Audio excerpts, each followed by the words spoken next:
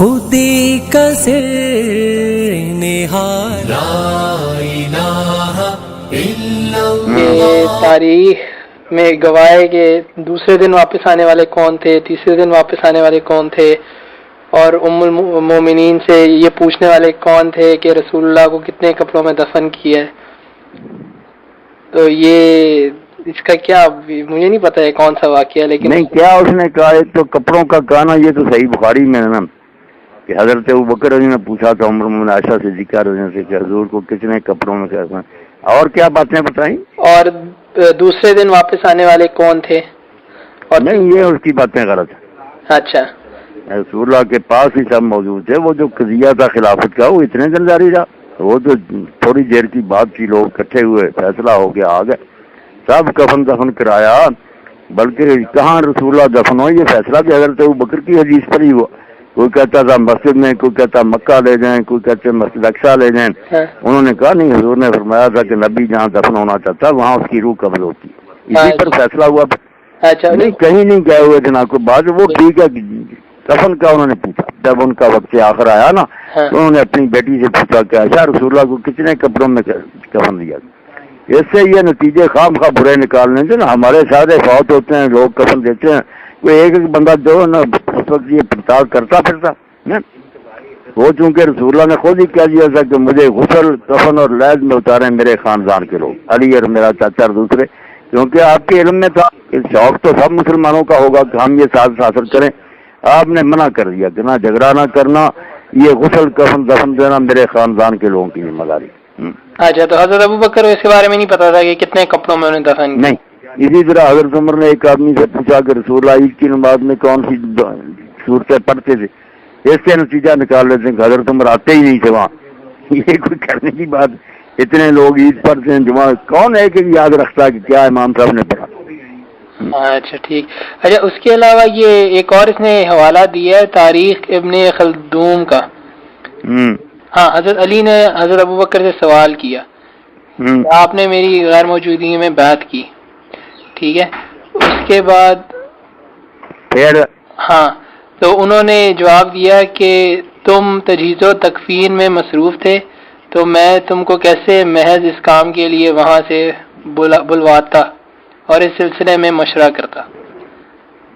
آپ بات یہ سمجھیں بیٹا، ابن خلدون کتنی صدیاں بعد ہوا، یہ سارے بڑے بڑے مورخ گزر گئے، کئی سو سال بعد وہ پیدا ہوا، اس نے بلا سند اپنی تاریخ لکھی، کسی روایت کا کوئی حوالہ نہیں دیا۔ پہلے تو جو تھے نا ابن جریر جیسے، وہ تو سند دیتے تھے نا حدیث کی طرح کہ مجھ کو فلاں نے بتایا، اس نے فلاں سے سنا، اور اب ایسی کتابیں بھی آ گئی تبری وغیرہ جس کے ساتھ تخریج ہے، علماء نے چھان بین کر دی کہ یہ کس اس میں صحیح ہے، وہ باقاعدہ حدیث کی طرح تاریخ لکھی انہوں نے۔ یہ بعد والے جو انہوں نے کوئی سند نہیں لکھی، جو بات سامنے آ گئی ویسے ہی لکھ دی، اس بازاری باتوں سے بھی کوئی نتیجہ نکالتے ہیں، کچھ نہیں۔ اچھا اس کے علاوہ اس نے پوچھا، آپ نے ایک لیکچر میں دیا تھا، کافی کا حوالہ دیا تھا نا اس کے کلپ پہ، تو اس میں اس نے پوچھا کہ یہ کافی یہ کس چیپٹر میں ہے، کہ کافی کا حوالہ جنازے کے بارے میں ہوگا نا، کہ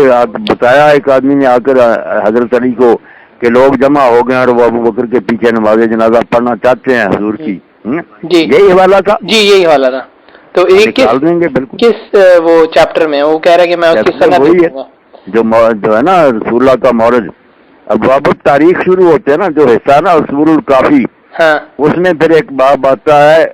ابواب التاریخ، جب کتاب الحجہ ختم ہوتی نا اماموں کے بارے میں کہ 12 امام ہیں، ان کی شان بہت چیپٹر ہے، اس میں پھر ایک باب شروع ہوتے ہیں ابواب التاریخ، حضور کے ہیں، پھر حضرت فاطمہ کے ہیں، بعد میں 12 اماموں کے، ان کی پیدائش ہیں، ان کی وفات، سب اس میں مولد النبی نکالنا کہ حضور کی پیدائش جو ہے اس میں سب واقعات آ گئے۔ یہ جنازے کا سند کیا صحیح ہے یا کیا اس کی سند اس کی ضروری حسن ہی قرار دیا، حسن قرار دی، کیونکہ وہ کہہ رہا میں سند دیکھوں گا اس کی، نہیں سند دیکھیں، اور اس نے حسن قرار دیا جو سوائے لعنت کے ذکر ہی نہیں کرتا صحابہ، علامہ مجلسی نے لکھا ہی۔ وہ کافی میں دیکھا ہے تو اس میں یعنی کہ وہ حدیث شریف یہی تھی نا کہ لوگ باہر حضرت علی سے کہا گیا لوگ باہر جمع ہو رہے ہیں اور وہ جنازہ پڑھنے لگے ہیں، تو اس کے بعد اس میں لیکن یہ نہیں لکھا ہوا کہ حضرت ابو بکر امامت کرا رہے، نہیں ابو بکر نام نہیں لکھا، اور اس روایت میں یہ الفاظ میں نے پھر جا کر دیکھی نا کہ لوگ جمع ہو گئے اور وہ ایک شخص کو امام بنا کر اس کے پیچھے نماز پڑھنے لگے، اور اس کا جو شرح کیا میرا ترکور میں مدرسی نے اس میں وہ کہتا اور بات بھی ٹھیک ہے کہ وہ ابو بکری ہے اور کس نے کرنی. یہ میرا ترکور جو ہے نا شرح اس کی، اس میں پھر کہ وہ ایک آدمی کو امام بنا کر نماز پڑھنے لگے، مطلب میں اتنا ہی ہے. بالکل. مگر وہ آدمی کون ہے وہ شرح میں بتایا کہ وہ ابو بکری ہے، اور ساری امت جانتی کہ دو ہی آدمی یا حضرت علی ہیں یا ادھر علی ابو بکر، اور تو ساری کوئی نہیں. اچھا ٹھیک. اور ایک اور روایت بافال لکھی بڑی عجیب، کیسے دشمن اندے کہ یہ امامت نہ کہیں کرا لے، لوگ نماز نہ پڑھ لیں اور سرد نہ بنا لے، جس طرح حضور کے زمانے میں نماز پڑھانے کو انہوں نے سرد بنا لیا، اسی طرح یہ نہ بنا. حضرت علی نے کیا کہ خود اور خاندان کے 8-10 بندے لے کر نا اندر خاموشی سے جنازہ پڑھ لیا، اور لوگوں کو باہر آ کر کہا جنازے کی ضرورت نہیں، حضور امام ہی آپ بس دعا کریں. یہ ان کی امامت کو ختم کرنے کے لیے کہ کہیں ابو بکر جماعت نہ کرا رہے، یہ چراکی کی یہ بھی روایت وہاں پڑے کافی عجیب و غریب مذہب. صحیح نہیں ہے نا، یہ نہیں صحیح، بالکل پہلی صحیح ہے. اچھا ٹھیک. اچھا اس کے علاوہ اور کیا دلائل ہیں اس کے جنازے کے کہ حضرت ابو بکر شامل تھے؟ حضرت ابو بکر تو شامل تھے. جتنی روایتیں ہیں کہ پھر جب اختلاف ہوا کہ حضور کو کہاں دفن کریں تو ہمارے تو دفتر پر ہوئے ساری کتابیں کہ وہاں کسی نے کہا مسجد میں دفن کریں، کوئی کہتا بقیع میں، کوئی کہتا مکہ لے جائیں، کوئی مسجد اقصیٰ. تو حضرت ابو بکر نے یہ فیصلہ کن بات کی کہ رسول اللہ نے فرمایا تھا کہ نبی جہاں دفن ہونا چاہتا وہیں اس کی جان قبض ہوتی ہے، اس لیے کہیں نہیں لے جانا، یہی دفن کرنا. ان کے کہنے پر یہ حدیث سنانے پر تو فیصلہ ہوا. پھر یہ آپ کے حجرہ میں قبر کھودی گی، نکال کر دیکھ لیں ساری کتابیں. میں کافی میں پڑھا تھا تو اس میں یہ حضرت علی کے حوالے سے لکھا ہوا تھا کہ حضرت علی نے کہا تھا کہ آپ صلی اللہ علیہ وسلم کو اسی حجرے میں دفن کرنا ہے. چلو یہ تو وہ کہتے نا، اس میں بھی اب دیکھیں جو حضرت علی نے کہی بات ہے کہ جہاں نبی دفن ہونا چاہتا ہے اس کی جان قبض ہوتی ہے. اب کہاں دفن ہونا چاہتے ہیں حضور؟ آج اس کو دیکھیں وہ جگہ کس کی تھی؟ عائشہ کے حجرہ تھا نا. جی آپ تو بلکہ چاہتے میرا جنازہ یار یہاں سے اٹھاؤ، میری جان بھی آنا نکلے. میں نے ایسا جس طرح نعوذ باللہ یہ ام المومنین کو تہمتیں لگاتے ہیں، برا کہتے ہیں، وہاں حضور نے دفن ہونا کیوں پسند کرنا تھا؟ یہ بھی بات ان کے خلاف ہی جاتی ہے. اچھا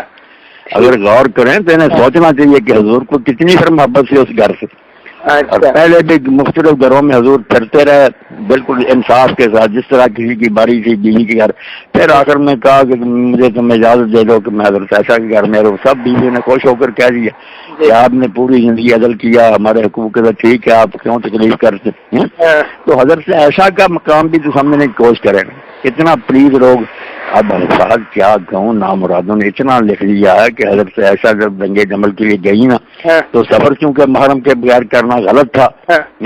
باہر نکلنا، انہوں نے پھر حضرت طلحہ سے معذلہ نکاح کر لیا تھا اور حضرت طلحہ کے ساتھ انہوں نے تعلقات بھی بحال کیے. اب شیعہ علماء جو ہیں وہ لکھتے ہیں یار توبہ توبہ رسول اللہ کی بیوی کے بارے میں ایسی بےگزار روایتیں کیوں، خود ان حاشیے چرائے ہیں بہار الانوار، مگر روایت لکھی ہے تفسیر کمی میں سارے. کوئی غضب کرنے کی حد چھوڑی انہوں نے کہ حضور کی بیوی نے نکاح کر لیا اور طلحہ نے بھی کر لیا اور پھر آپس میں یہ ملے بھی. بہت غالی لوگ ہیں یہ، کسی حد پر نہیں. مسئلہ کوئی نہیں تھا کہ حضرت علی خلافت کے لیے زیادہ مناسب ہے یہ وہ بکرے کرائے ہے، کوئی بات نہیں، مگر اس کو یہ کہ حضور نے مقرر کر دیا تھا، جنہوں نے نہیں مانا وہ کافر ہو گئے ہیں، وہ یوں ہے. اسی کو ابن ابی الحدیث شرح نہج البلاغہ میں کہتا ہے کہ یہ کیسی تنگ گلی میں داخل ہو گئے کہ اب نکلنے کا راستہ ہی کوئی نہیں رہا. چوٹی کے صحابہ کو کافر کہنا پڑا، امت سے الگ ہو گئے. سیاسی رائے تم رکھ سکتے، آپ بھی رکھ سکتے ہو کہ حضرت ابوبکر سے وہ زیادہ بہتر ہے، کوئی بات نہیں. مگر جب حضرت علی اور ان کے ساتھیوں نے کہا کہ یہ چنے گئے ہیں، نہج البلاغہ سب کتابوں میں ان کے خط موجود ہیں کہ اللہ ان دونوں پر رحم کرے، انہوں نے بہترین سنت کے مطابق حکومت کی اور ان کی موت اسلام کے لیے بہت بڑا صدمہ ہے. حضرت ابوبکر حضرت ان دونوں کے بارے میں کہا. یہ خط آپ کو دے دیں گے جو امیر معاویہ کو انہوں نے لکھا کہ ان دونوں آدمی میں جیسا کوئی آدمی ہے تو اپنی حد تک اگر وہ رائے رکھتے بھی تھے میں ان سے زیادہ قابل ہوں، یہ کوئی جرم نہیں، مگر ان کو مسلم مانا، ان کے پیچھے نمازیں پڑھی، ان کی حکومت کو بہترین حکومت کا کیوں ہے یہ زیادتیاں کرتے ہیں. اچھا اس کے علاوہ وہ میں نے ایک اور چیز آپ کا کلپ کیا تھا نا کہ میں نے آپ سے پوچھا تھا کہ وہ ائمہ ان کا عقیدہ یہ ہے کہ ائمہ کو وحی آتی ہے، تو ایک بندے نے کہا ہے کہ یہ حضرت علی نے نہج البلاغہ میں کہا ہے کہ وہی نہیں آ سکتی، کسی بھی امام کو وہی نہیں آتی، یہ عقیدہ شیعہ کا. تو اب اس کے بارے میں کیا ہے؟ نہیں یہ تو آپ دیکھیں کافی میں باب بندے جو ہے باب الحجت ہے نا اس میں پڑھتے جائیں ساری چیزیں وہ کہتے ہیں سوائے کہ 4 بیویوں سے زیادہ بیویوں کا جو حضور کو خاص اختیار تھا وہ نہیں اور نبوت کا نام نہیں استعمال کر، باقی سب چیزیں نے حاصل ہیں. اس کو پھر وہی بات نہیں کیا جیسے جو کہ وہ تو کہتے ہیں فرشتے آتے ہیں باقاعدہ سارے سال کے بارے میں وہی دے کر جاتے ہیں کہ یہ کرنا سب کچھ ان کو. بلکہ وہ اماموں نے کہا اگر روز یا تازہ سے تازہ ہمارے پاس نہ آئے اللہ کی طرف سے علم فرشتے لے کر تو ہمارا علم ختم ہی ہو جائے. اور ہمارا اسی لیے مسلسل جاری ہے کہ لوگ جو سوال کرے تازہ سے تازہ ہر روز ہمارا علم بڑھتا جاتا. یہ پورے باب ہے وہاں کوئی چھوٹی بات یہ تو نہیں کوئی روایت کھول کھول کے لکھے ہیں کہ ان کو تازہ علم ملتا رہتا فرشتے آتے ہیں. نہیں تو ان کی زیادہ معتبر بک کون سی ہے، یہ نہج البلاغہ ہے یا یہ کافی ہے؟ نہیں نہج البلاغہ وغیرہ تو تاریخی کتابیں ادھر ادھر سے لے کر جہاں جہاں سے کال ملے وہ سید رضی نے اکٹھے کر دیے. اس پر بھی انہوں نے کتابیں لکھی ہیں نا کہ بعد میں جس کو تخریج کہتے ہیں کہ یہ کہاں سے لیے ہیں سندیں کیا. کام تو بڑا علمی کیا لوگوں نے معتبر کون سے، مگر جس کو یہ زیادہ معتبر مانتے ہیں حالانکہ وہ سب سے زیادہ کمزور ہے وہ کافی ہے. کافی اس کا نام رکھتے ہیں انہوں نے. ایک کہانی گڑھی ہوئی ہے کہ یہ جب لکھی گئی نا تو امام غائب کے سامنے یہ پیش کی گئی تو امام غائب نے یہ کہا پیشانی پر لکھ لیتے ہاذا کافی لشیعت نا کہ یہ ہمارے شیعوں کے لیے کافی ہے، اس لیے اس کا نام کافی ہے. حالانکہ جتنی جھوٹی ایسے اس میں نا جنہوں نے لکھی اب آپ میرا تو لکور ہی دیکھے 200-300 حدیث ضعیف چلتی جائے گی شاید و نادر کوئی صحیح آئے گی. اچھا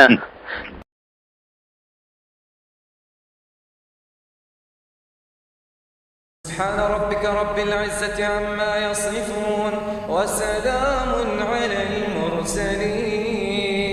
والحمد لله رب العالمين وصلى الله على سيدنا محمد وعلى